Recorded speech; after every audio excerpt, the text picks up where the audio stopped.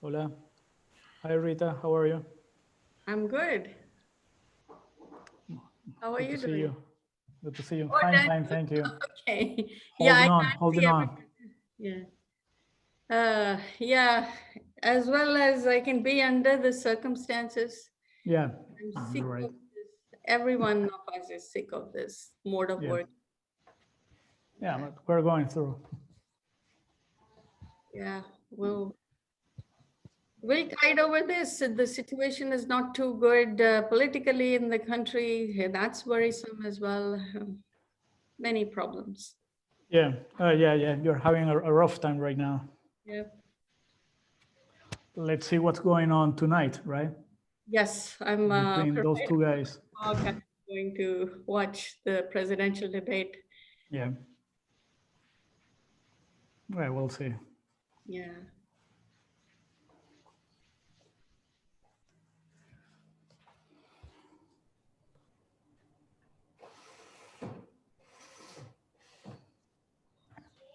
Let me check with the other guys. Hola, Daniel.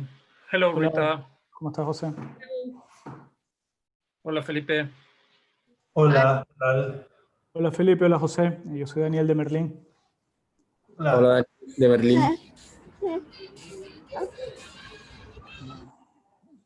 There are lots of participants.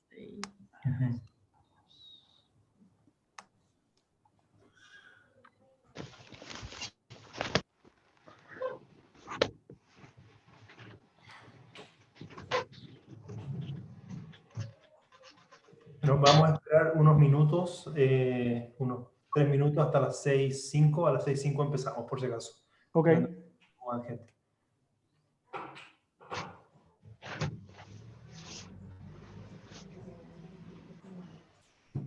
Rita, the organizers said that they're going to wait till 6:05 or 5:05 your time. Right, not a problem.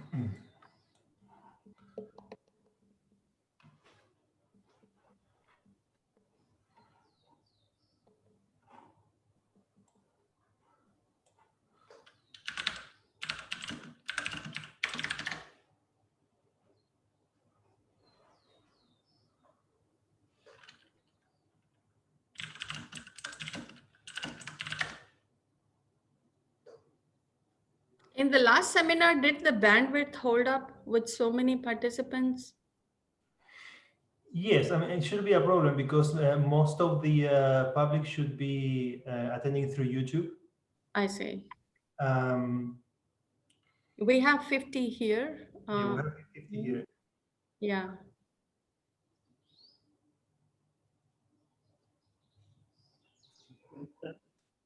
Zoom, sin contar lo que puede estar en YouTube.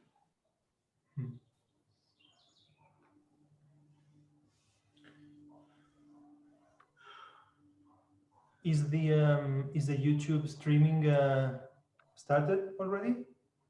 Yeah, it has. There's like 5 people. Yeah, but I see them I see them waiting in the channel, not admitted. Who's running that? Jose, Yeah? is everything okay in the YouTube streaming? Yeah, it's fine. It's on. I mean, 'Cause but they have to like check the page from the CMM, and they will get to the live. Okay. Okay. Yeah, that's good. So, I mean, I suggest we start. Maybe Alejandro start, and then I follow. Tell Okay. me when and I can stop.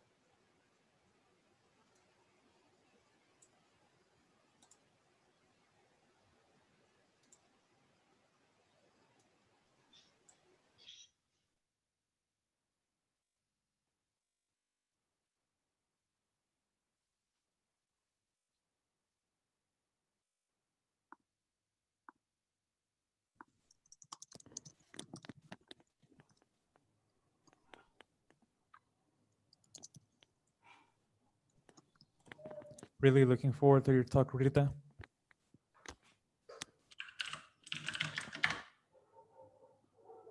To all of you.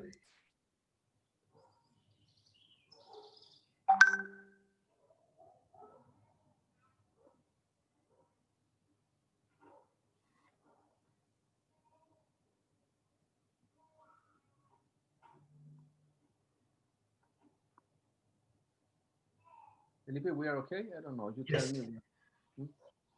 Yes, you can start away, then I follow, and then I give the pass to Rita.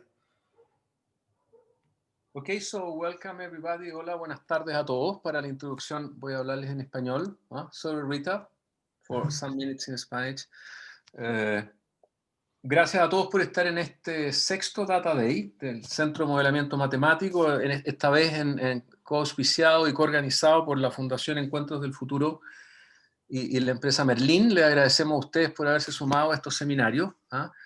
We are really happy to have Rita Singh here, yes, to speak us about new ideas coming from artificial intelligence and data science to recognize COVID using voice, yes. Entonces estamos muy agradecidos de la presencia de Rita Singh, especialista de Pensilvania, ¿no es cierto? Que ha estado trabajando en el uso de inteligencia artificial y ciencia de datos para descubrir COVID desde el reconocimiento de la voz.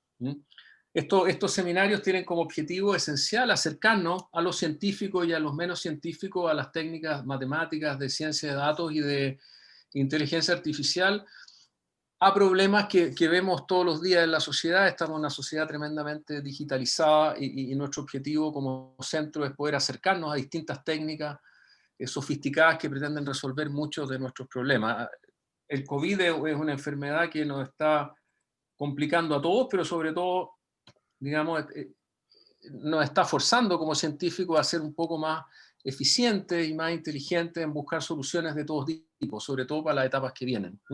¿Sí? El COVID no es una enfermedad unidimensional, es multidimensional, y la dimensión que nos va a presentar Rita hoy día es una de ellas. Estamos tremendamente contentos de poder recibirla. Así que los dejo con quien va a ser nuestro chairman, Felipe, y yo supongo que ahora cambiamos al inglés, so we can switch to English from now on. And thank you to all of you for being here.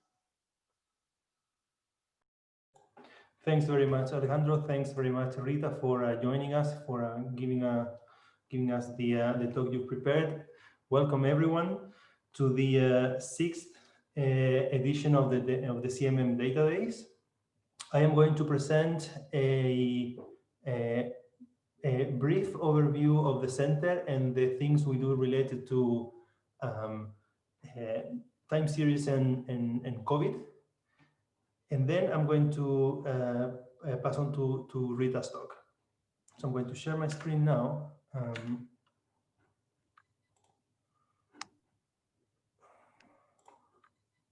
Okay.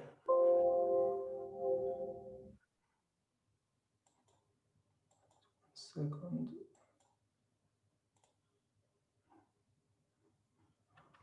No. Okay. Can everyone see this? Yes? Yes. Okay, good. So before I start this short presentation, I just want to say that we are going live on YouTube, and the timetable for this event is 10 minutes for this presentation, and then an hour for Rita's talk. And then after that, we're going to have a 30-minute discussion. I would like to suggest that all the questions you have, you can post them in the chat here at Zoom, or in the YouTube chat for the fellows that are following us through YouTube. And then when the time comes, I'm gonna start reading the question and asking the questions to Rita, so that we have a more structured event. Okay, so this talk is going to be called Detecting COVID-19 from Voice. This is a short title. And before that, I'd like to introduce the Center for Mathematical Modeling to you. For those that don't know the center was established in the year 2000 at Universidad de Chile School of Engineering.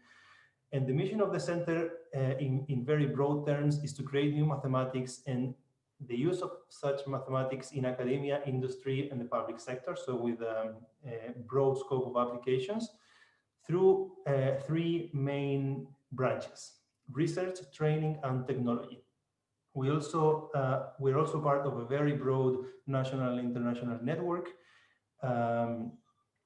consisting mainly of ANID, which is the Chilean National Research Unit for the Sciences and Technology, universities in Chile, and the CNRS network in France, as well as in RIA.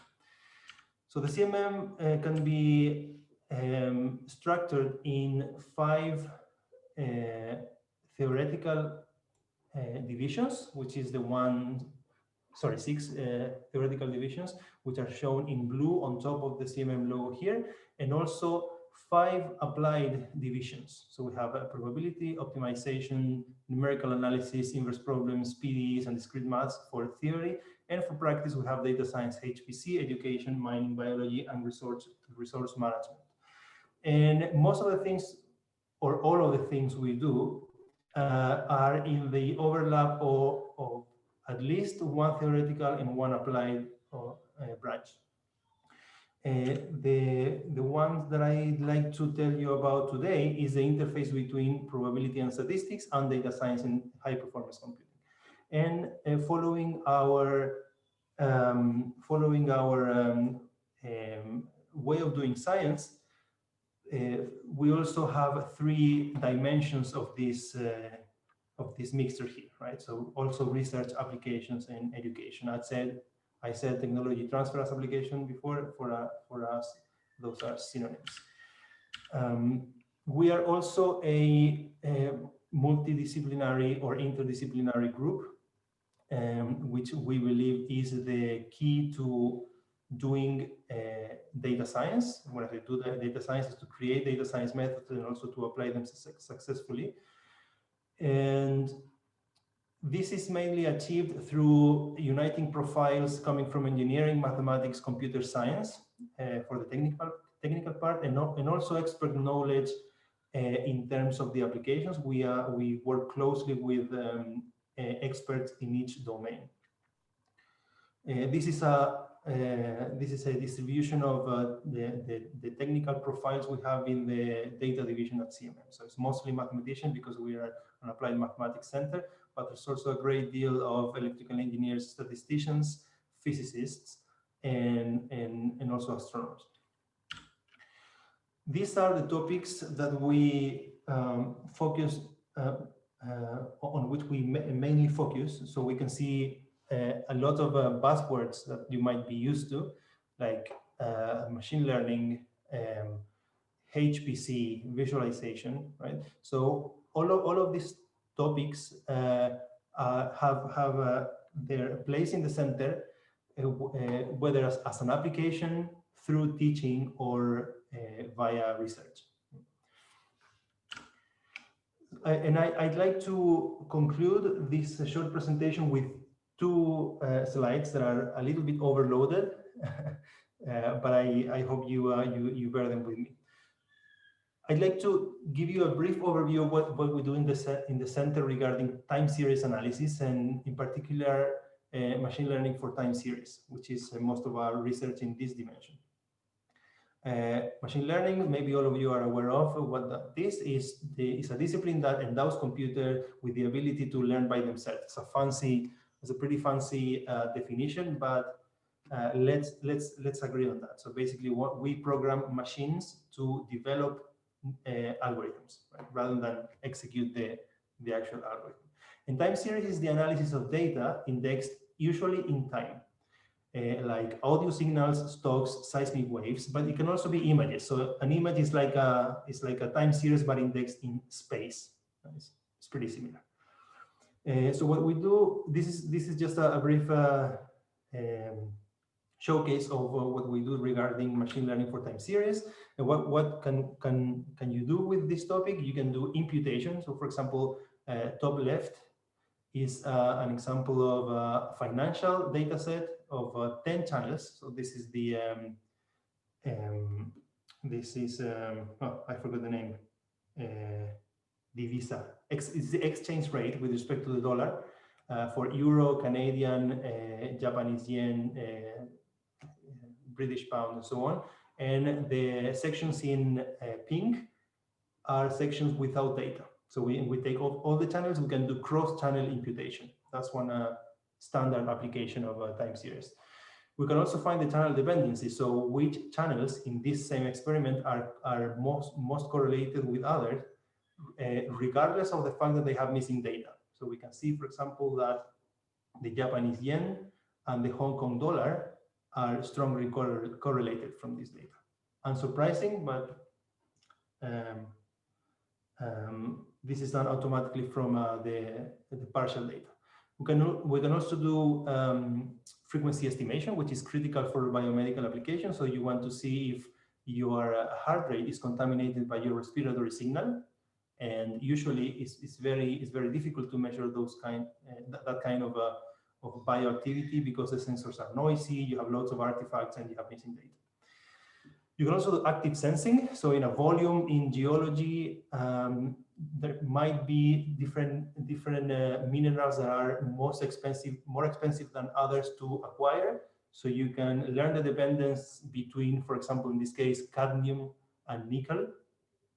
And then you can decide where you should measure for both minerals and where you should measure for only the cheap or the non-expensive mineral. Source separations, you have data contaminated. This is a CO2 signal, the famous Mauna Loa CO2 concentration signal. You have a periodic component, which is the yearly component, and you have missing data. So the only data we're using here is the black dots, not the gray dots. You require all the data. And one of the latest problems we are using is the super resolution problem. I said a time series can also be an image rather than, in that case, time is bidimensional. Is space. And so first column is an image, very small image. Second column is a blurred image via a convolution process or any other optics perturbation. Then you usually have partial observations, so you delete all the dots here in red and you implement a super resolution to recover from the sampling. So this is the things we do with the time series. We're very agnostic as to the nature of the signals, and so it's I want to say it's a very active area of research. So the second slide, I want to show you about the work we are currently doing at CMM.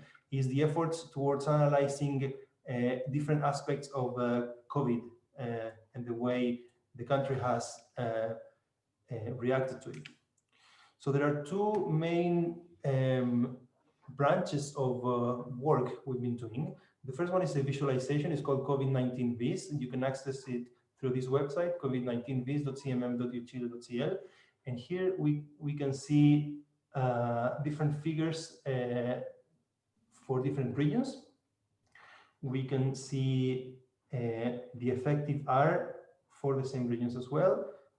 And another, what is very important is the effective R with error bars in time. So it is very, maybe it's too small, but we can see that the R0 is dropping under 1 for this date, but I can see because it's too small. And then, so the error bar allows us to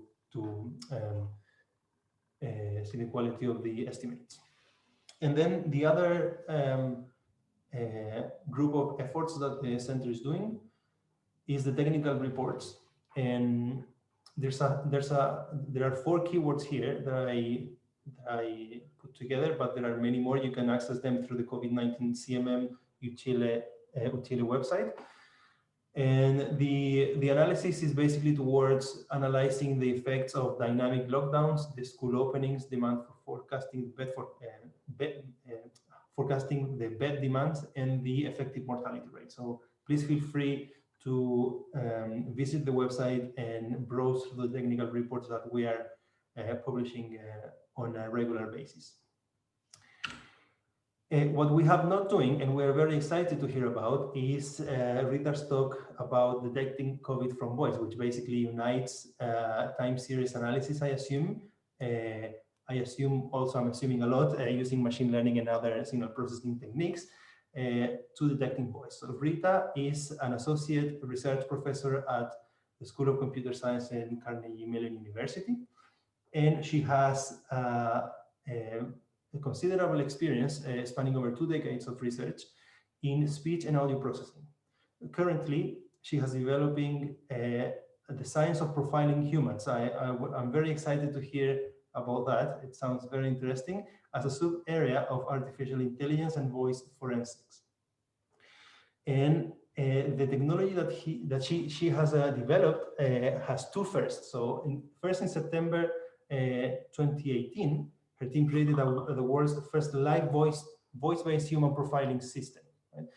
And that was demonstrated live in the World Economic Forum. And then only last year, she created the first instance of a human voice from Rembrandt, generated entirely based on evidence from facial images. So this sounds very interesting, and I don't want to take more time from Rita's presentation.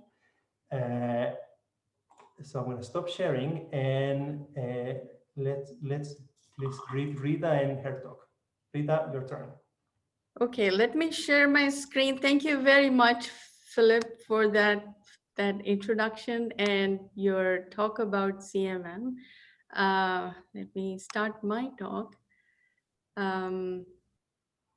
Is it visible to everyone? Let me share this. Give me 1 minute. Yes, we can see it. Troubles. I want to maximize it. Can I maximize it? Give me a minute. I'm trying to find out how I can maximize. Yes. Okay.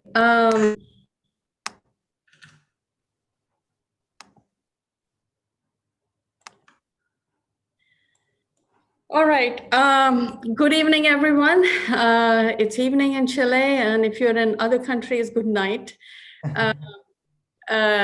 So thank you all very much again for inviting me to this seminar series at CMM. I'm really honored to be here. It's a pleasure to see you all. So thank you very much. I am going to talk about my recent work on detecting COVID-19 from voice. My team has about 12 students working on it. And we've been working on the science of voice profiling since 2014. And when COVID hit us early this year, COVID-19 pandemic, we sort of turned around and repurposed some of the technology that we were working on to apply to COVID-19 detection. So I will talk about that, but before I do, I will talk about our prior work on voice profiling. I think that is very relevant to what I'm going to say later. So, okay, let's go right ahead. Now, voice carries information. We all know that. How do we know that? We know this in many ways. One way we know this is in a very subjective sense. Intuitively, we know this. And we think that the human hearing capabilities are not quite as good as the hearing capabilities of some of the animal species out there, like dogs, for example.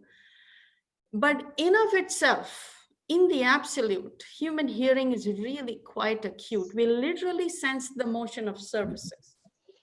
And here are some facts from psychoacoustics. Are you having trouble hearing me? A little bit. We're hearing you well now. We had like a second drop in sound, but here's fine. Okay. So here are some facts from psychoacoustics. Our ear can detect sounds where the air vibration in our ear is less than the diameter of a hydrogen molecule. And it's a fact. Not only that, our ear can discriminate over 100,000-fold difference in air pressure. So our hearing is that acute. But the problem is that we don't pay attention to most of the things we hear. As a species, we are really very lazy. We only pay attention to the things that are important to our survival. But because we hear that acutely, we intuitively make judgments about other people from their voices because we hear the nuances in their voices. This is a funny example that I don't seem to be able to get away from. I always give it in my talk. So he sounded like a man who had slept well and didn't owe too much money. We make so many judgments from voice about other people. We don't even realize it, and it's all intuitive. Okay, so let me see if I can. A remarkable ride, only here in America. I was born in. You heard a voice. And if I asked you which of these people in the lineup above might have said that, I think all of you would get it right. And you would get it right after hearing 2 seconds of that person speaking for the first time in your life, probably. You get the gender of the person right, the age of the person, the ethnicity of the person, the physical, their state of health, their state of mental health, all of those right in just 2 seconds flat. How? Here's another thing that I'm going to exhibit to you. So we make so many judgments about other people. There have been lots of studies about it. Surprisingly, we make judgments about their physical characteristics as well, something like height, for example. So I'm going to play out 2 of these, number 1 and number 3, and I'm going to ask you which of these is the taller person. And you know, it is a Black comedy. It's a very strong themed picture. So I have this little trick because I can't. Okay, anyone can speak out. Just tell me whether 1 is taller or 3 is taller. 1. 1. Okay, the Zoom does a number on it. Okay, I'm going to play it again. And you know, it is a Black comedy. It's a very strong themed picture. So I have this little trick because I can't. Okay, so the taller person should I have 2 votes for number 3. 2 votes for number 3. 2 votes for number. Most people get it right when they hear it in high fidelity or at close quarters. Taller people have bigger lungs and they have more resonances in their voice. And yes, 3 is taller. You may not have heard the resonances. That's Brad Garrett's voice. He's 6'7". Anyway, that was just an example. We know this subjectively, that voice carries information. We also know this through scientific observations. And there have been more than 40 different scientific fields that have studied the human voice over the decades and centuries and have published results on the human voice. And if you look at the literature in those fields, there is so much of it. There are hundreds of papers that have correlated the human voice to multiple kinds of information or parameters about the speaker. They have correlated the human voice to, for example, the physical characteristics of the speaker: height, weight, body shape, skeletal structure, facial structure. This is all information that voice carries. Voice carries information about the speaker's physiological state, age, presence or absence of medications in the body, behavioral state, medical state, what kind of diseases is the person suffering from, whether the person is intoxicated or not, whether the person has disabilities or not, things like that. There are papers about how voice carries information about demographic characteristics, about sociological information, even about environmental characteristics. If the voice is recorded in some environment, what kind of environment is it? Some of the signatures are in the voice. If the person is in a room, how big is the room? What is the ceiling made of? What is the floor made of? What are the walls made of? So all of that information is there in the voice. And all we have to do is to take all of those very carefully conducted studies and connect the dots. And we might be able to deduce that information from voice. And so voice profiling is basically, it involves the concurrent deduction of all of the information that you see here and more. There are hundreds of studies from voice. This is what we have been trying to do. Now, the question is, that is all very well. We observe that voice carries information. We find correlations through studies, scientific studies, but where is this information? If we were able to find the information in the right representations, if we were able to extract it, we may be able to find mechanisms of relating that information back to the speaker's parameters. So I'm going to spend some time talking about the information in the voice signal. This is where it gets really interesting. Now, we all in this audience know what sound is. Sound is a pressure wave. It propagates in 3 dimensions from the source, right? But it is actually a 4-dimensional signal. It propagates in 3 dimensions, but it carries information temporally in time. As we speak, for example, speaking only of the human speech and voice, as we speak, we produce many different frequencies. We modulate these frequencies over time. We embed information in it over time. And so it becomes a 4-dimensional signal. SULLIVAN. Now, when you sample this pressure wave, if you digitize it, read off the voltage values and store them somewhere, you get the signal on top, which is a time series. We just heard a lot about time series in Philip's talk. So, the time series above is the time representation of the speech signal. But what you see below is the information embedded in it in terms of frequencies. So what you see below is a spectrogram, and on the y-axis, you see a range of frequencies. When we speak, we produce frequencies from about 50 hertz to 6,800 hertz. And so these frequencies are stacked up on the y-axis, and on the x-axis, you have time. And these energy patterns, the color at any pixel that you see here is the energy in that frequency at that time. The patterns that you see they depict the flow of information in time in the speech signal. We'll get back to this representation shortly.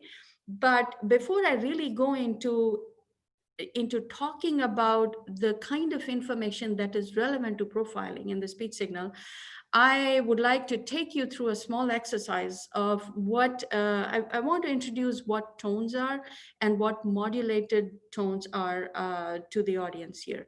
So what I'm going to do, what you see here on this slide is again a spectrogram. On the y-axis, you see a number of frequencies, x-axis is time, and I'm going to play out pure tones. These are pure sine waves of a single frequency at a time, starting from a 40 hertz and going up to 3000 hertz. Now, depending, not all of you may be able to hear all of them because our hearing range is limited, but I'll just play them out.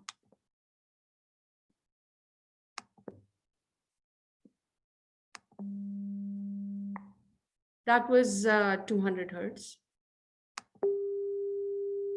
400 hertz, 1000 hertz, 3000 hertz, right? You probably didn't hear 40 and 100 hertz. Okay, now those, you see a line in the spectrogram because these are pure sine waves. Tones are pure sine waves or cosine waves, and they have a single frequency in them, okay?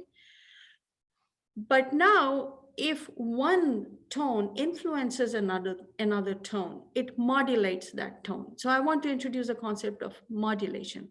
What I'm going to show or play out here are modulated tones where I've taken the 400 hertz signal and I have modulated it within a range of 60 hertz by different tones. So I have in the first case a 40 hertz tone modulating a 400 hertz tone. That's how it sounds. Then I have a 20 hertz tone modulating a 400 hertz tone. And the spectrograms above are the first one, the top one corresponds to this. The second one corresponds to this. This is 20 hertz. Here the modulating tone is 10 hertz. The third one and the fourth one is 5 hertz. It's not shown. That's all I wanted to show you. And now let's go on to the human voice. Oh, I also wanted to talk about harmonics for a bit, just 2 slides here. So let's take the 10 Hertz modulated 400 Hertz tone, and let me play that out. In the spectrogram here, you saw a single modulated a line through time. Over here, you see integral multiples of that frequency. And so these are the harmonics. This is the modulating tone here is a squared sine wave. If I take a different modulating signal, a root sine with the same frequency, you see many more harmonics, and this is how it sounds. Okay, so you might be able to hear the difference clearly, or even over Zoom. So let's go to the human voice now. Let me play out a sample of a human voice, and this is Nocturne by Secret Garden.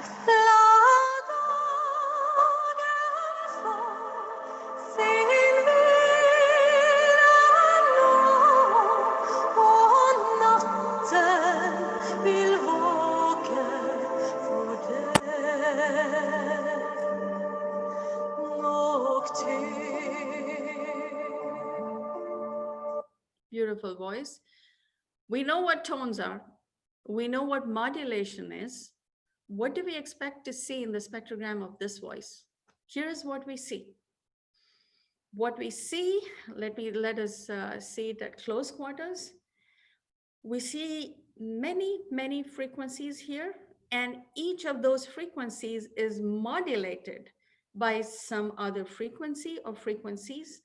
And the modulation changes in time. Not only does it change in time, the modulation for each frequency is different in magnitude, in pattern, in many different ways that we can capture through signal processing and describe through signal processing. This is the complexity that we of the speech signal that we produce in our vocal tract. Now, what would it take for a machine to reproduce this kind of complexity? What would it take? Let's go through that exercise. I actually sat down manually and I tried to do this. And here is what I came up with. So I took a snippet of that song and I tried to reproduce the entire complexity. So I start with the pitch, which is the fundamental frequency. I think I got that right. So what you see, so this is a pure sine wave. It's not anywhere close to the snippet of human speech that I took, which is this one.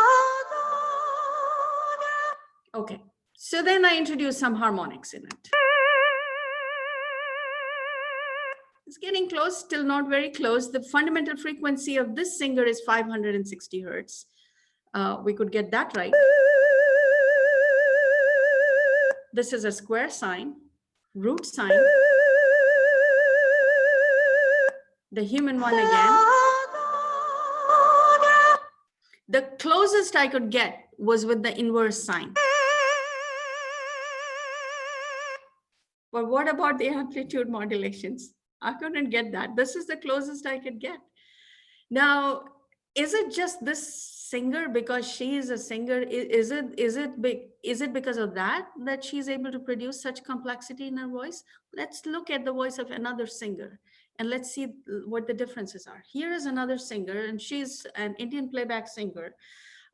This snippet of her song is from 1977.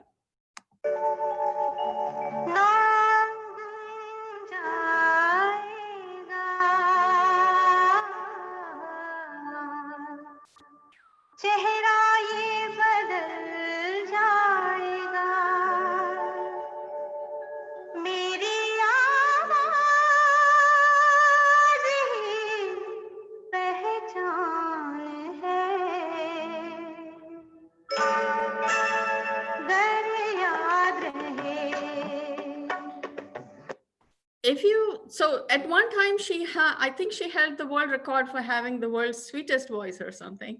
But if you look at the spectrogram very carefully and compare its characteristics or its nuances to the spectrogram of the singer before this, in the previous example, you would see that the two match in no aspect. They are completely different, even at the finest levels. So every one of our voices is complex, is unique, and it is the result of a very complex cognitive and biomechanical process in our vocal tract. And I will talk about that shortly and introduce some of the nuances of the voice production process to you. So this is what resulted from my exercise in matching this singer's voice. Her pitch is 580 hertz. One of them is the real voice, and the other side is what I could do, the best I could do. Again, the match came from an inverse root sign. There is something out there that we need to pay attention to. So let's for a moment try to understand how we can produce signals of such complexity. And so for that, we will have to take a look at the human vocal voice production mechanism. On the right, you see a red region in the throat of this picture, this human picture over here. And that is called the larynx. That is our voice box. That is where we have two membranes that we usually call vocal cords, but they're not really cords, they are membranes. And on the left, these membranes are shown in along with the muscles and ligaments that surround them. This area of the larynx is called the glottis, where the vocal folds lie. There, and you see the vocal folds has stretched out cords in the center in a V shape, and we have 6 muscles surrounding the vocal folds that control the vocal folds. The motion of these muscles is very, very fine and intricate. The vocal folds themselves are very tiny membranes. And when we speak as air comes out of our lungs. The complex biomechanics of the vocal folds, it is regulated by the airflow balances across the glottis, and that sets the vocal folds into oscillation or oscillatory motion, and they start vibrating, they produce a sound, and then that sound, we modulate that signal that we produce in the vocal tract by moving our articulators, our tongues, lips, jaw, and so on and so forth to produce different sounds. So it's a complex mechanical process. That little signal produced by the vibration of the vocal folds is amplified in our, it's not a loud signal. It is further amplified by the chambers that are present in our vocal tract. We have the nasal chamber, we have the oral chamber, and then we have what is called the pharyngeal cavity, where the sound is amplified. And then the amplified sound from the vocal chambers is radiated outwards from our nasal opening and our mouth. Now, this is a very top level overview of what happens when we produce speech. Now I'm going to delve down a little further into it. So here is a spectrogram again. I'm going to talk about a little finer level of information that is present in speech as a result of the mechanism that I just described. I'm going to talk about glottal pulses and formants. Formants are the resonances in the vocal tract. So in the spectrogram that you see here, you see these high energy patterns flowing through the spectrogram. These are actually the resonances, that resonant frequencies of our nasal chamber and our oral chamber and the pharyngeal chamber in our vocal tract. And these are called formants. Formants carry information about the identity of the sounds that we produce. We change these resonances by changing the dimensions of our vocal tracts chambers as we speak. And so here is another example. My name is Winkley, and you see that every time we produce the same sound in continuous speech, the formant patterns are relatively the same. And so this is what gives the sound its identity. But we also notice one more nuance or one more thing in the spectrogram. You see these vertical striations in the spectrogram. These are what are capturing the glottal pulses. Now, as in the examples that I showed you of the singers, I said the pitch or the fundamental frequency was 560 hertz or 580 hertz. What that means is that the vocal folds of that singer are vibrating at 580 times per second. That's not what your 6 muscles can control. Your muscles cannot control motion at that final level. That motion is self-sustained. And in that self-sustained vibration of the vocal folds, air pulses are released and closed and released and closed. That is what you are seeing on the spectrogram. And that's very significant. It's the result of a balance of aerodynamic forces across the glottis. And here is a diagram that actually explains it. I will just explain it in a very sweeping fashion. What happens is that the process whereby the vocal folds go into self-sustained vibration is called phonation. And the onset of phonation is actually, it is mediated by the muscles around the vocal folds. So initially the muscles will close the glottis, and then air pressure builds up behind it, and then that forces the vocal folds open. Bernoulli effect and Coanda effect and all those physical effects take over, and that sets the balance of forces around the vocal folds. This is a very well-studied phenomenon.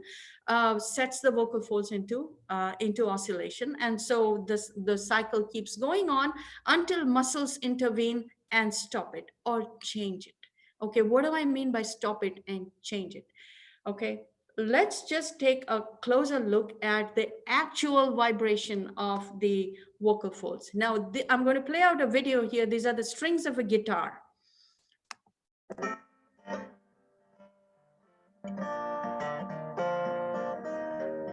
They are being plucked by someone. And if you noticed, they are vibrating at different frequencies depending on their length and material and thickness and tension and elasticity and other physical properties.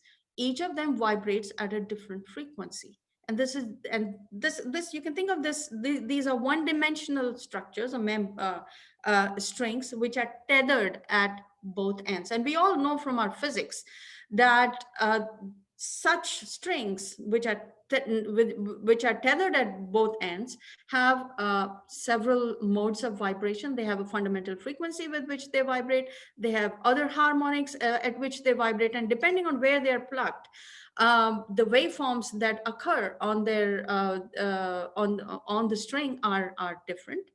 So if you look at the modes of vibration of two-dimensional structures that are tethered at all ends, the modes become much more complex. Here is an example from my book. It's a 2D circular membrane. And what this slide is showing is the modes of vibration of 2D circular membranes. I'm not going to explain this, but you can see that there are many more modes than I showed in the string case. This is a rectangular membrane that is again 2D tethered at both ends, and then the modes of its vibration are shown over here. It can have a depression in the center, or it can have 2 depressions on either ends and things like that. So when it is vibrating all by itself in a self-sustained mode, it will vibrate in any one of these different modes. The vocal folds have even more modes of vibrations. They are actually 3-dimensional structures. And not only that, we have 2 of these. So the modes of vibration of these structures, when they're tethered at one end, these modes of vibration are also called eigen modes of vibration or eigen frequencies. So our vocal folds have certain eigen frequencies with which they vibrate. And the magical thing is that when the self-sustained vibration is initiated, these eigen frequencies of both the vocal folds lock up. They lock up and the vocal folds start vibrating in unison while we phonate or while we produce our voiced sounds.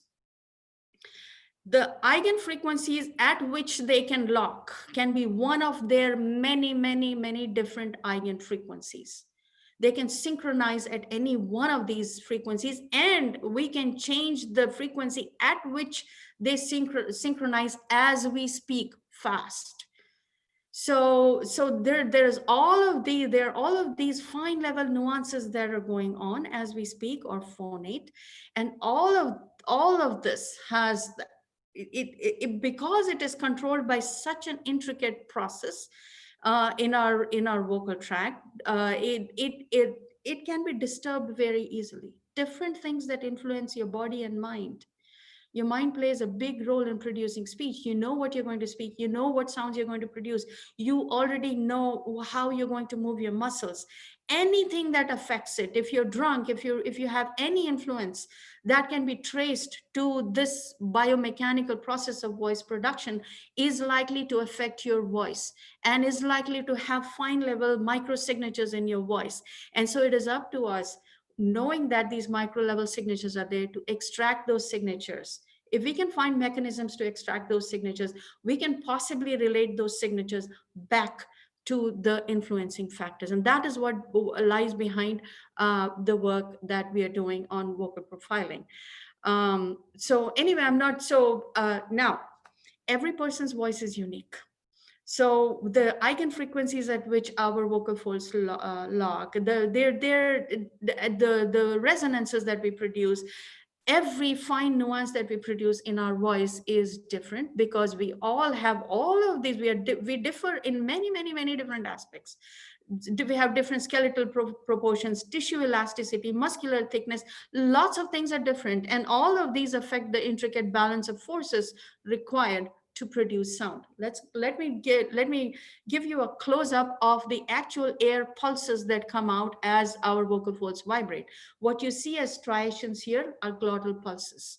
These are when the glottis is closed, the energy is high, and so you see the formant energy, and you also see the air pulses. When it is open, the energy is actually low in the vocal tract, and so you see the dips.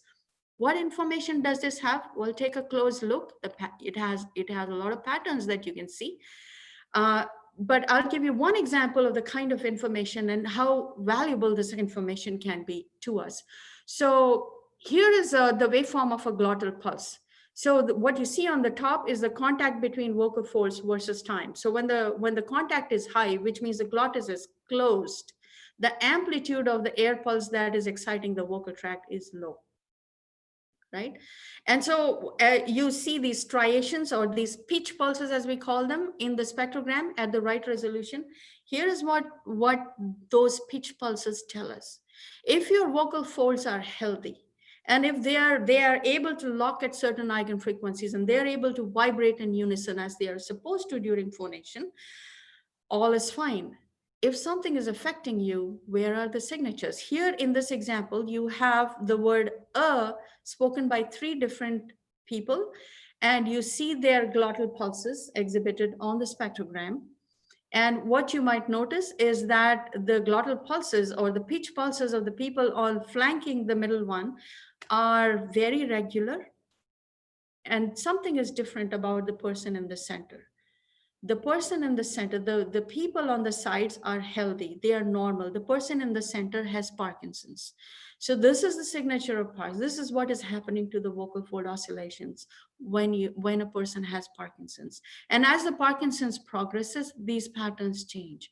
These patterns are different for different diseases as well.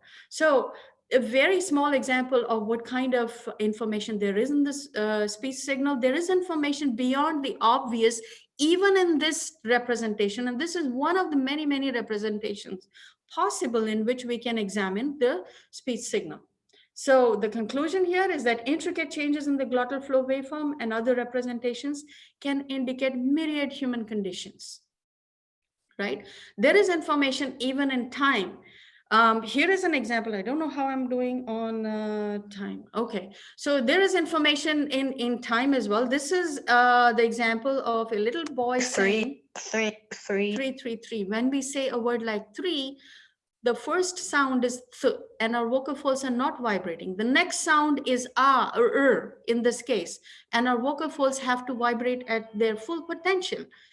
Now, in going from a state of complete rest to a state of full motion, our vocal tract has some inertia. there elapses a very short duration of time before the vocal folds can actually achieve that full state of motion. And that short time is this time that you see on the spectrogram. It's called the voicing onset time. That voicing onset time depends on the inertia of your vocal tract. And it is different for different people. And not only that, it is different for different combinations of sounds that you produce. Very unique to you. There is also information in the turbulent sounds that you produce. There is information on your breath. This is a graph that breaks down the different stages of breath and the amount of air we inhale and exhale. This is just for your reference. I'm not going to go through it.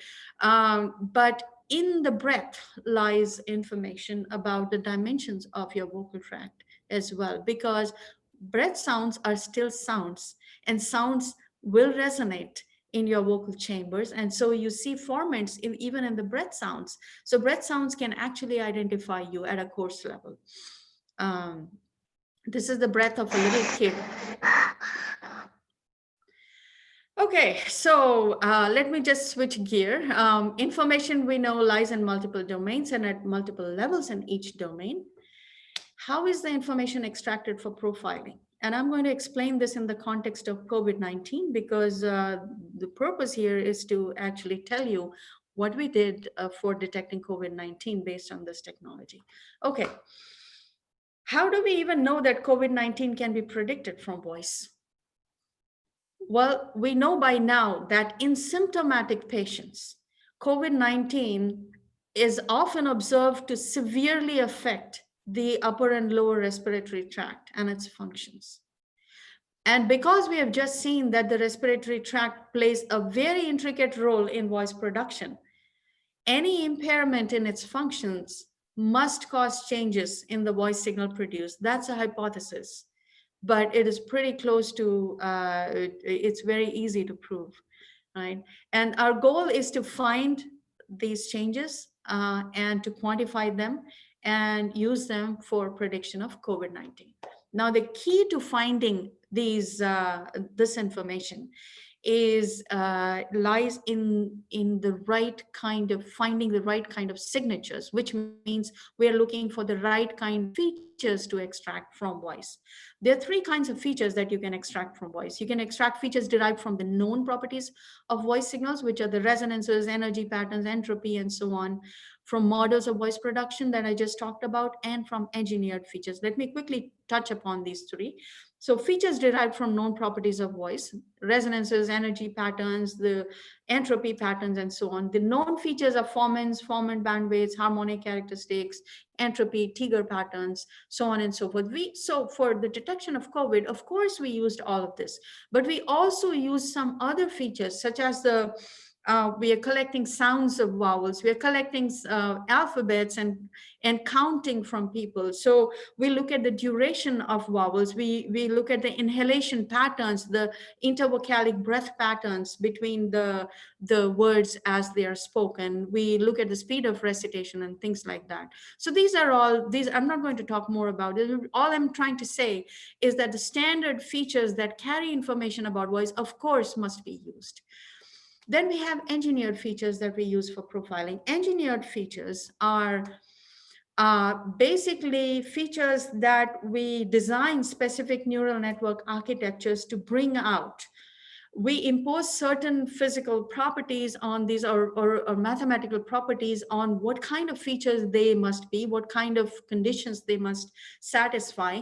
And then we devise these features to do a maximally discriminative job of discriminating between different kinds of speaker parameters that we want to deduce for profiling. And I will, I published a book on voice profiling last year, and this is a diagram for generating engineered features taken directly from my book. The description with equations and everything is in my book. This is here just as a reminder to you that if you're curious, you can go look it up. But basically, these are neural architectures that bring out these engineered features. So engineered features are also a subset of features that we use for detecting COVID-19. But what I'm really going to talk about here in more detail are features that we derive from models of voice production, because these are very, very non-standard and powerful features. Again, we go back to the motion of the vocal folds. What I'm going to show you is that in the motion of our vocal folds, there is a strange order. There is a strange order. And I'm going to bring out that. So we talked about how vocal folds go into self-sustained vibrations. There have been physical and mathematical, so these vibrations have been studied a lot in the literature, and people have proposed physical and mathematical models to model the motion of the vocal folds in the lab. And last year we submitted this paper, but this paper of ours talks about one such model of vocal fold oscillations. And it proposes an algorithm that is capable of deriving the actual motion of the vocal folds directly from recorded speech signals. It so happened that earlier to this, if you wanted to derive or observe the motion of the vocal folds directly, you would have to use high-speed videography and laryngoscopes and to observe the motion. And that led to its own limitations. But this algorithm allows us to infer the motion of the vocal folds. However, it does so in the context of a mathematical model for the vocal folds. Now, let me stop here for a moment and give you this observation that comes from actual COVID-19 patients. They themselves, most of them say that they have noticed changes in their ability to speak when they're affected with COVID, specifically in their ability to voice different sounds. And that tells us that information must lie in the oscillation of the vocal folds.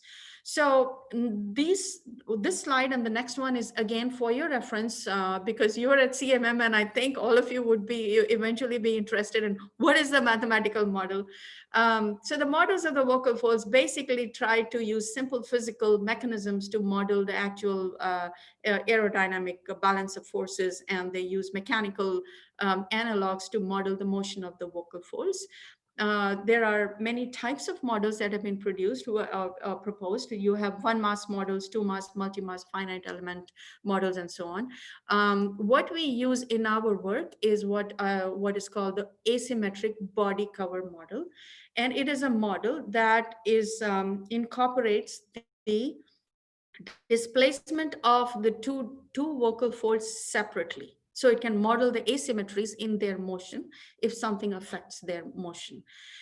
So through this model, our aim is to recover the parameters of the model, which actually point to the parameters, the physical parameters of the vocal folds and their actual oscillatory motion. So I am showing you the equations, but I'm not going to go through them. I'm just this. Again, this is for your reference. I'm going to point out to some of the entities that these equations are built around, these chi's and betas and alpha and delta.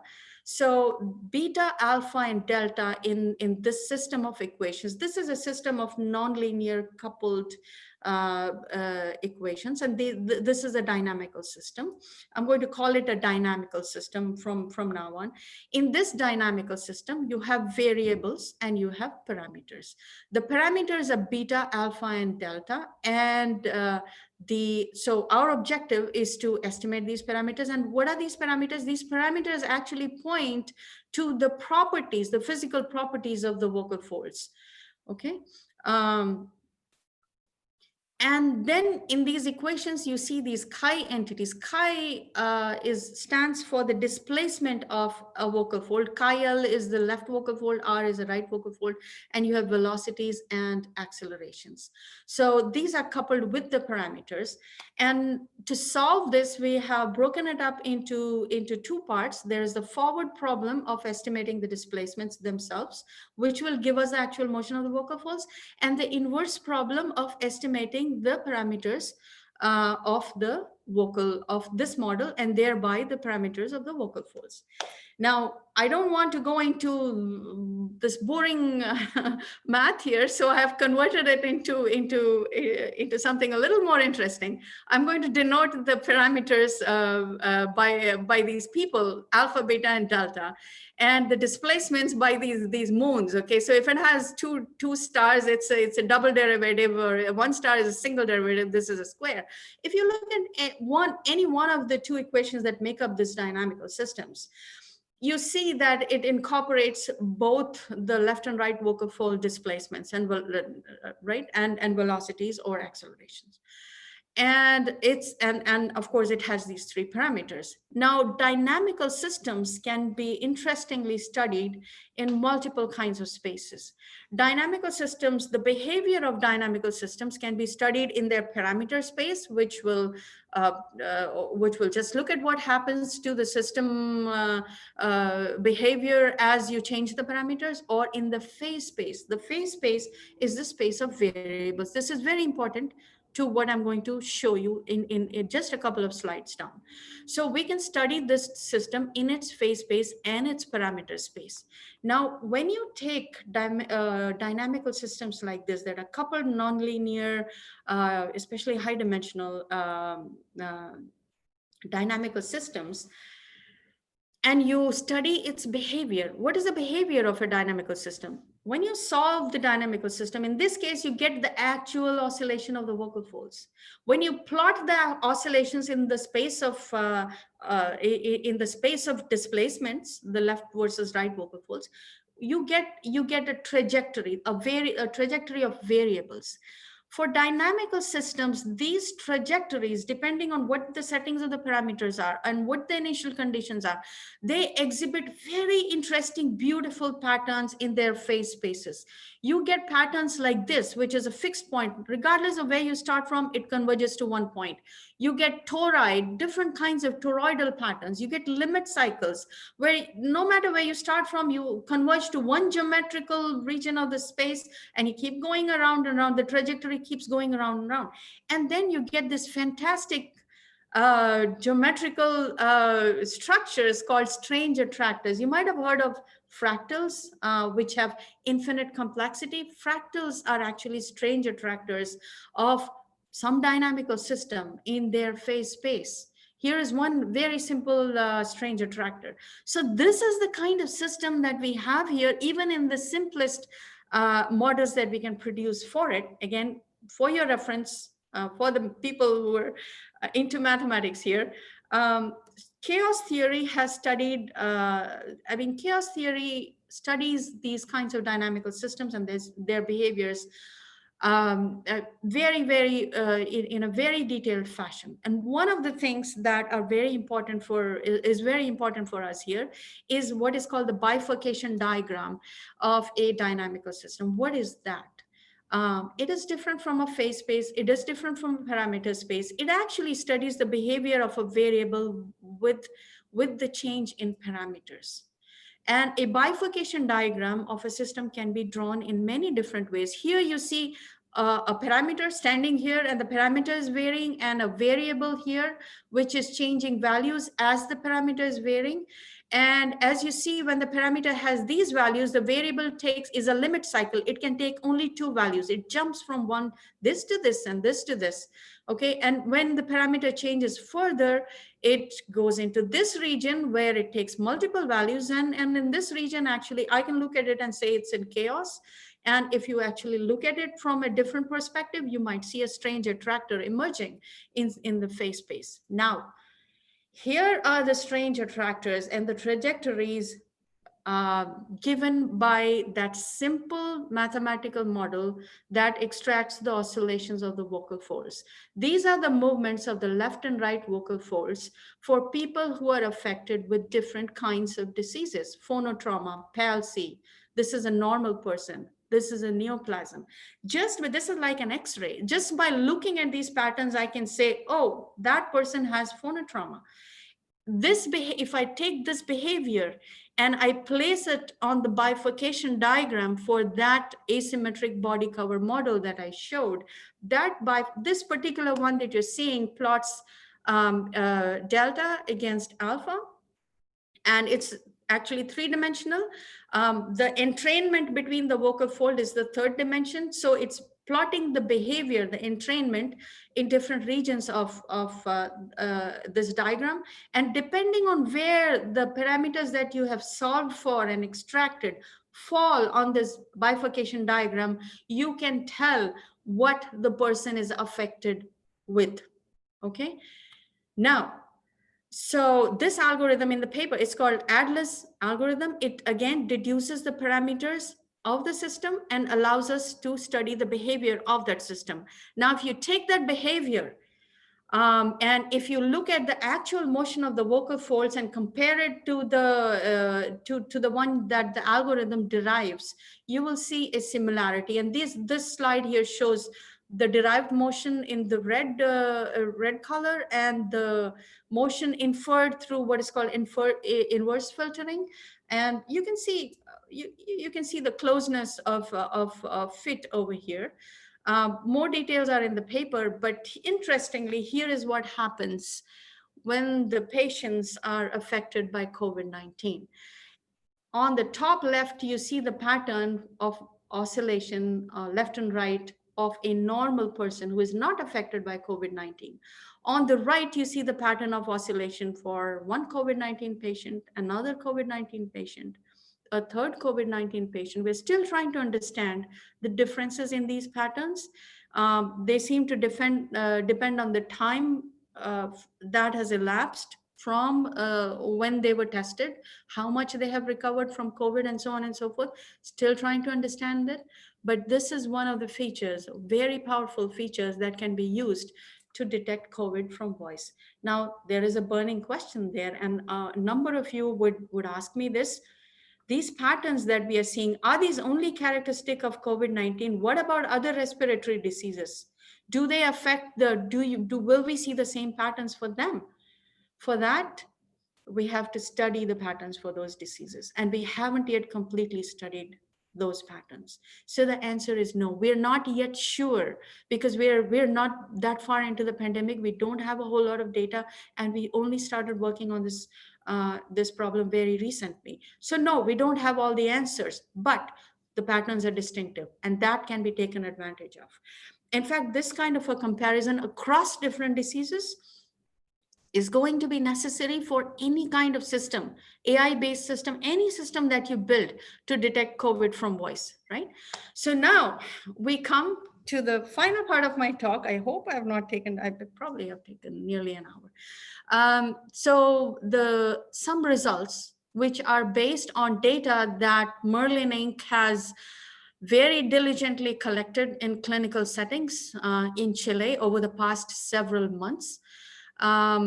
So it's, thank you, Merlin. And so we have been collaborating with Merlin and from that data, what I'm going to show you are some observations that have been made. So we have about 530 subjects until now, of which 299 are COVID positive, 231 are negative. Mind you, all of these people are medically tested, which also means that they went to be tested because they had reason to believe that they might have had COVID, right? So there is a little bit of a bias there, but we'll still nevertheless go on. So we had 6 recordings per subject, alphabet counting 1 to 20, extended vowel sounds, and cough sounds.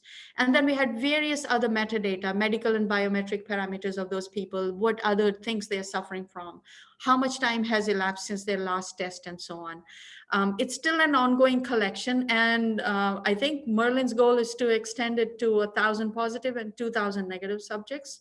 Per my last conversation with them,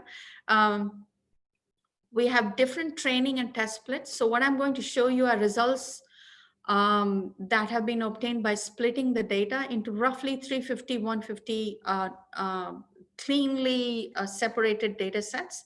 On the 350 set, we ran k-fold cross-validation, and we also tested on the held out set, and we used multiple features, multiple classifiers, and so on and so forth, as I've explained. So what you see here, first set of results, this is a 5-fold cross-validation on the training set.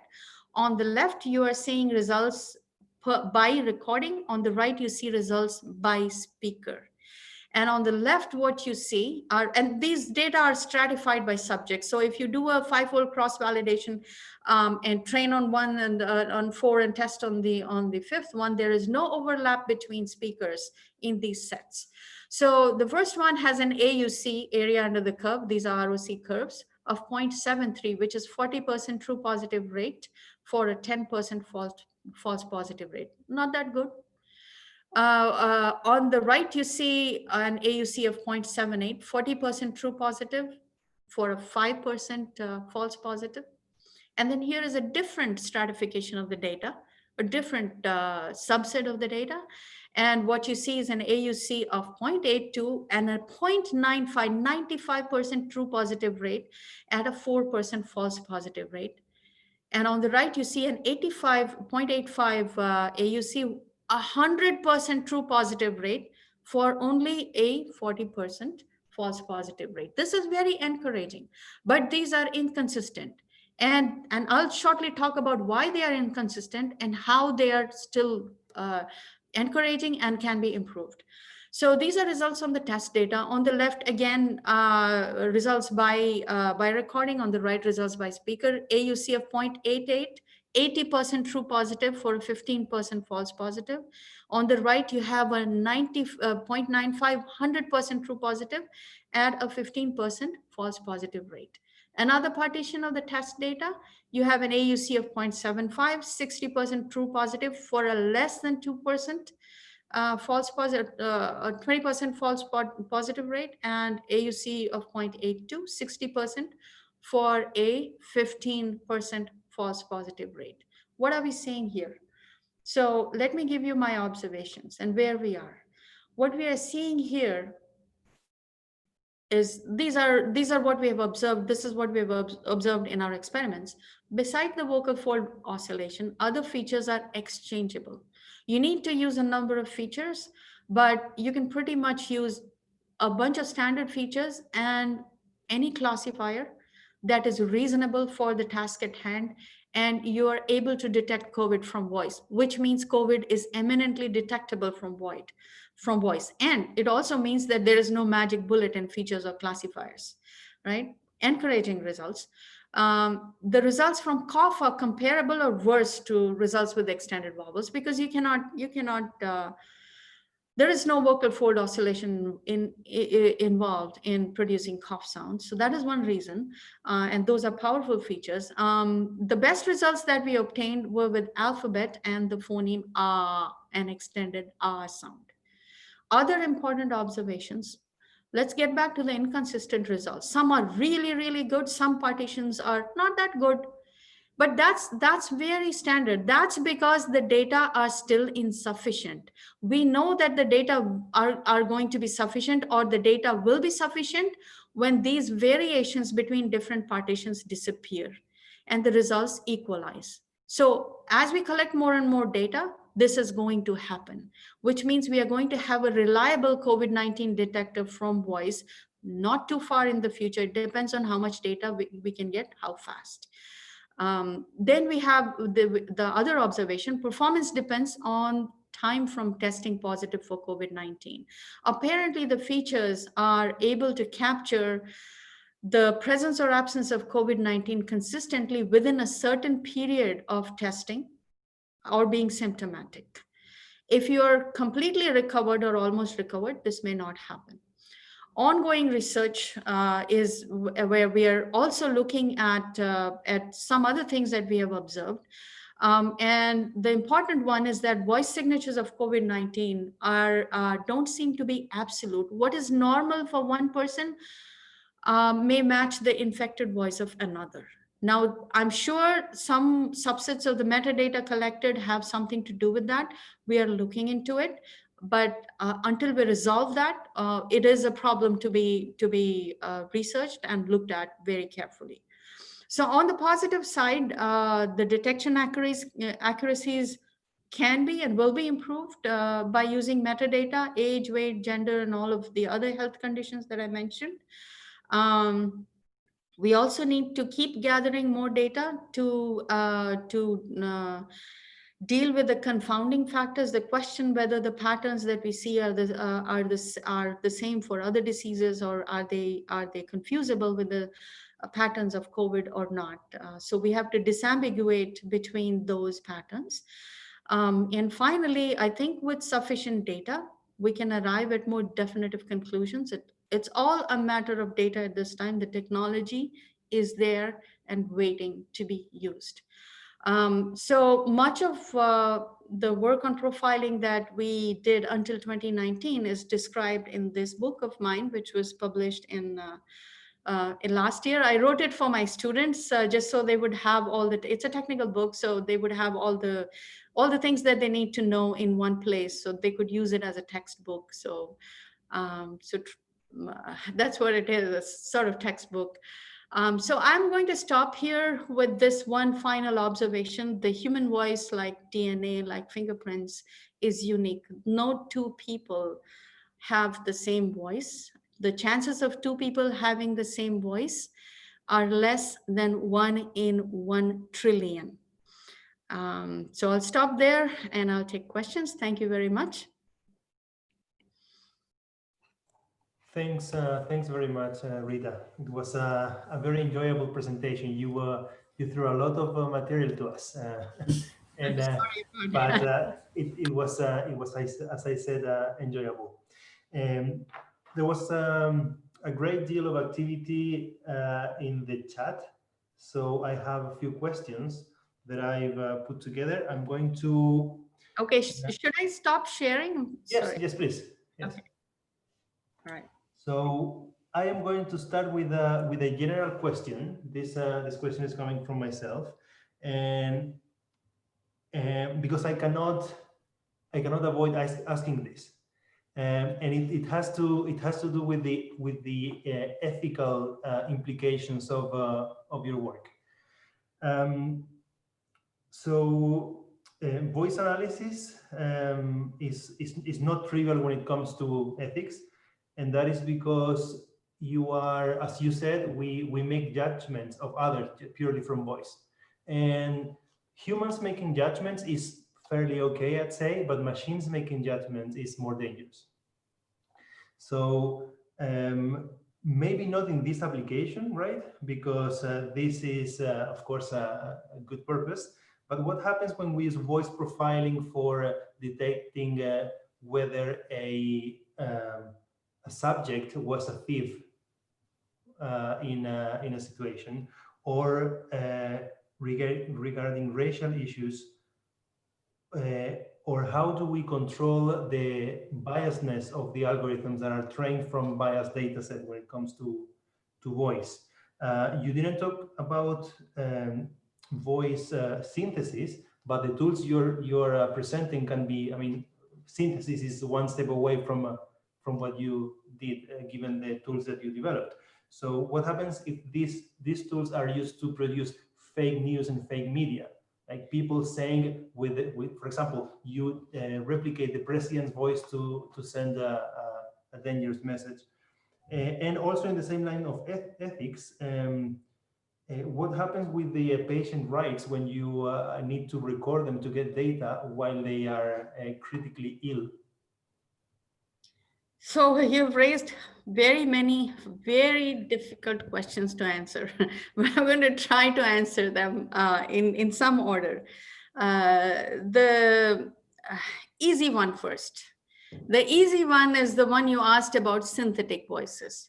So if we find more and more information and tell the world about how exactly that information is embedded in voice, maybe we will be able to synthesize voices that cannot be distinguished from human voices, right?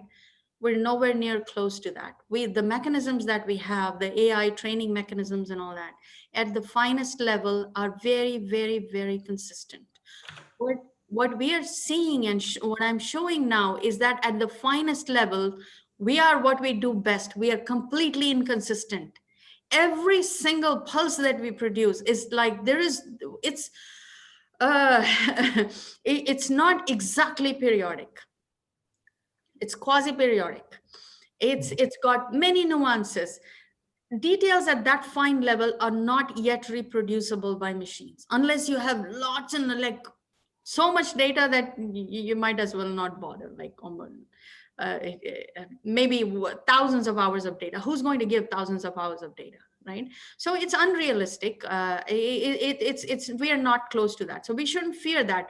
At the same time, the good side of it is that if we know what inconsistencies and what fine nuances lie in the human voice, we can easily catch machine-generated speech.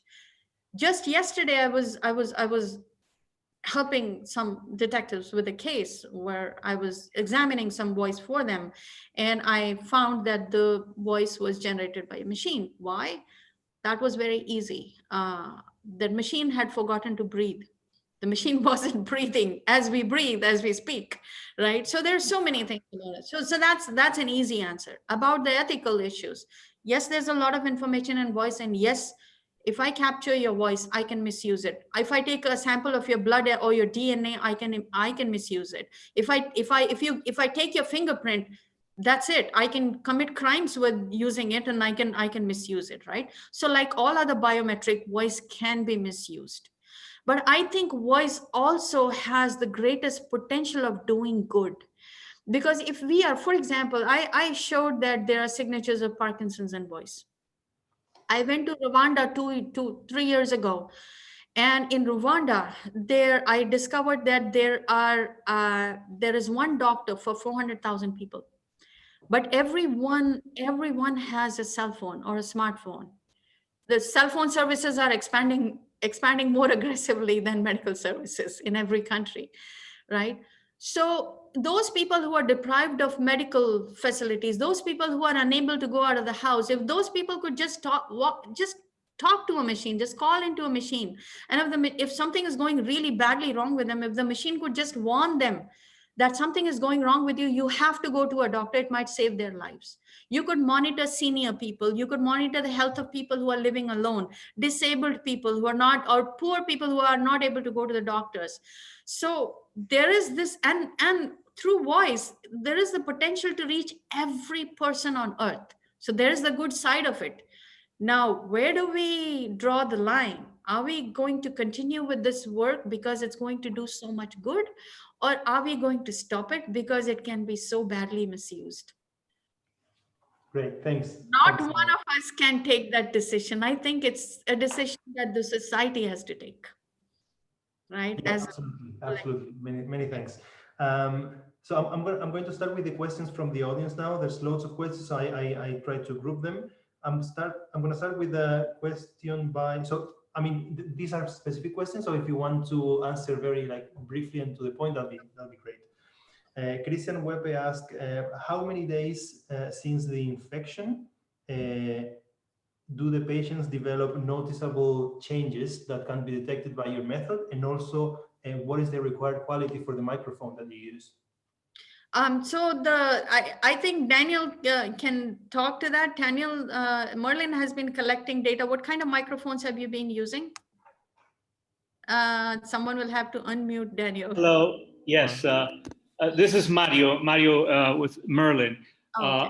So far, the data that has been provided for the sample that Rita presented has been over the telephone. So it has the limitations and the variations of the different handsets that patients have. But essentially, there is no one brand or one type of microphone. It will be as varied as the amount of handsets that were involved in the sample. And we want to keep it that way. I think all of us want to keep it that way because we don't want to introduce specialized equipment. Beats the purpose. We want to be able to reach everyone comfortably, right? So and as it goes, the quality of the microphone is pretty good on most telephones nowadays. It doesn't really matter that much to the analysis.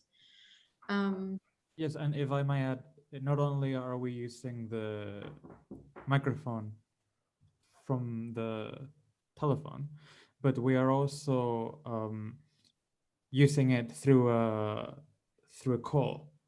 So if we actually were to use the telephone, the microphone from the telephone through an app, which we are also developing, we will be able to get better quality data that way. But even through a call, we're getting very good results. Great. Thank you. So there are a few questions also about the specific methods or mathematical models you used. It is very nice to see that you are blending some machine learning tools with some mathematical models, chaos models, and also bio models. It is nice to see that rather than just brute force neural networks, right? Because you can justify that the thing works.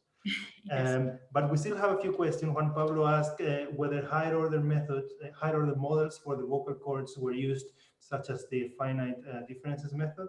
And also Sergio Lucero asked whether it is possible to find a representation of the data, the audio in this case, so that we can use off-the-shelf methods. So, I mean, maybe I am giving this interpretation, but how about we use a very sophisticated representation and then use something simple to classify, like a logistic regression, for example?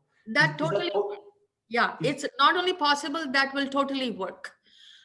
So there are many standard features out there that are pretty powerful in themselves. And what we have seen in our experiments is that if you actually take the right subset of them, you've got to take the ones that actually make sense in this case.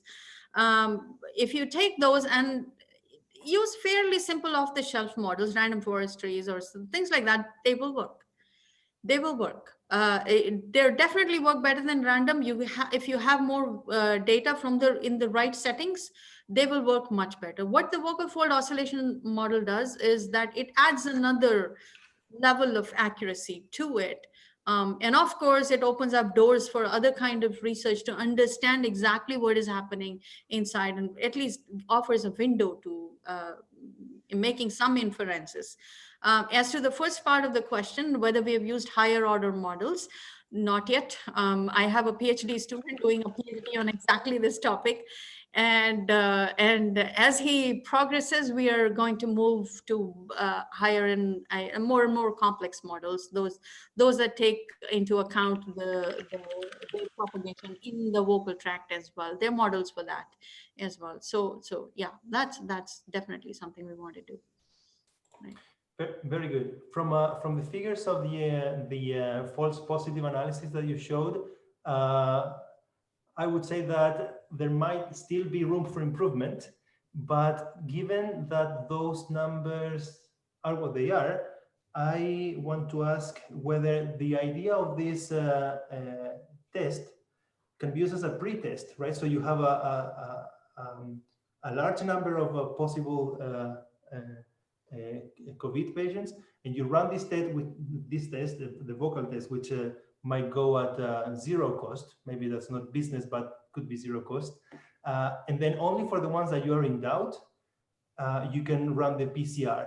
So is there any self-assessment of the error or uncertainty in the model? And I paired that question with a question by Sergio, which asks whether you use the PCR for building the ground truth of your set, and whether you're taking into account the error of the PCR test. So medical tests were performed on these on the data, and they're part of the metadata. And yes, we have that is the ground truth that we use. So that answered the point. That the points that have been raised in this question are very, very important in the light of this, the seriousness of this pandemic. When we put out a system that we claim is able to detect a certain disease from voice, the severity and the consequences of putting out that system have to be very carefully looked at. In this case, this is a deadly disease that we're talking about. We have to set the system at somewhere around 0% false negative rate. Why? Because the disease is so deadly and the technology is not perfect. If the system makes a mistake, and tell someone suspecting person that they don't have COVID when they do have COVID, and that person delays going to a doctor by even a day, that person could die. So we want a 0% false negative rate, which will come at a very high false positive rate. But I think high false positives is still acceptable, because what happens is that you will get a wrong result saying, oops, you have COVID, and you go running to get a test only to discover you don't have COVID. You're not going to die as a result. Well, hopefully not, if you don't go to the hospital and catch COVID as a result. There are the consequences to that also. But we have to be very careful about putting out this system, which is why, had it been any other time, any other, more benign disease like, asthma or something like that, this system would be out and functioning and everyone could use it now. The reason why it is being held back is we have to get to a point where it is really, really safe for everyone. And that will only happen when we get more data. We need to get more data so that we have no fluctuations in test results when we partition the data any which way and test it. The results have to be consistent across all partitions of the data set. When we achieve that, then we set the operating point to this high false positive, very like 0 false negative, put the right disclaimers and make sure that people use it responsibly. Then we put it out. When we put it out, it would be a very good tool for people to test themselves. You can test your voice 10 times a day, 20 times a day. And if it says, something's wrong and maybe you have a low probability of having COVID, don't go to work that day. It protects your colleagues. It doesn't do you any harm. It protects your colleagues. So it could be a tool that could be put to good use in self-testing when going back to work. It'll protect your colleagues, right? So there's that issue of responsible use. And I think, knowing how things work in Chile, I think it will be very responsible. Thanks very much. I believe that I asked all the questions that appeared here in one way or another. So I would like to give the last opportunity for someone else still holding on to a question. So throw it now or never. Okay, good. Okay. So it's been a pleasure, Rita, to attend your talk. It was very enlightening. Very interesting. I enjoyed it a great deal, and I am pretty sure that all the audience enjoyed it as well. So I want to thank you on behalf of CMM and everyone here. And until next time, I don't know if Alejandro wants to say anything or anyone else from the team. I think yes. Thank you very much, Rita, and collaborators from Merlina Fundación Encuentros del Futuro. I think to share this great opportunity to have your talk. I think, and as you said, we need really parallel ideas, yes, to continue very responsible what is happening with COVID. Yes, and thank you all. Thank you. Thank you, CMM, and thank you everyone who has been listening so patiently to my, I have no idea how long I talked. I think I went over time. So thank you for your patience. Exactly 1 hour, you're perfect. Good. Good. And I also want to add that if you have more questions or would like to discuss this further with me, feel free to drop me an email. It's, CMM has it it's there on my webpage. Drop me an email. I try to answer everyone. I'm often not successful, but at that, but I do try. I do try. I'm happy to discuss this. And if you want to collaborate and work further on it, happy to help out there as well.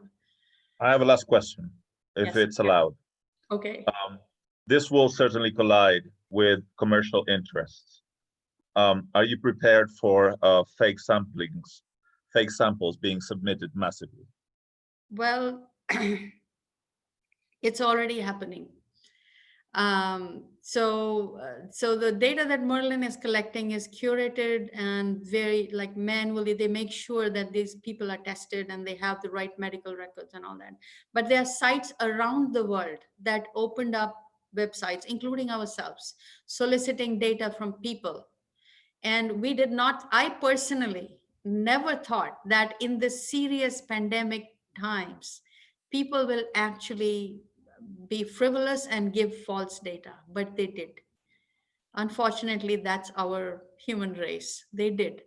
And they, of the, another site, I won't name the site, collected many, many samples. And of the 20,000 odd samples they collected, 15 were positive and many, many, many were false. So what can I say? So if you're collecting data through crowdsourcing, it's going to be a very difficult job trying to figure out which ones are reliable data and which ones are not. So yeah, there is that concern. So the best thing to do now is to just go for clinical settings, make sure that everything is controlled until your critical phase is crossed. You built your system, it's reliable, then it's fine. Thanks. Well, thanks. Thank you, Rita. Actually, everyone. I want to add something to clarify. Until yeah, May I? until Rodolfo next time, is saying something. I hope you can join. Okay. No, maybe it's not time. Okay. All right. Thank you then, everyone. Thank you very much, Rita, on behalf of Merlin. Gracias a todos, and see you at work.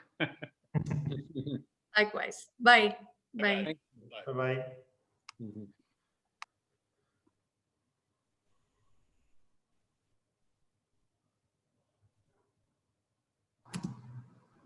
Hola, disculpen, a una consultita chica. ¿Quedó grabado esto? ¿Se puede ver después en YouTube la repetición? ¿Cierto? Sí, queda grabado en el mismo canal del CMM donde está siendo transmitido. El video va a quedar grabado ahí.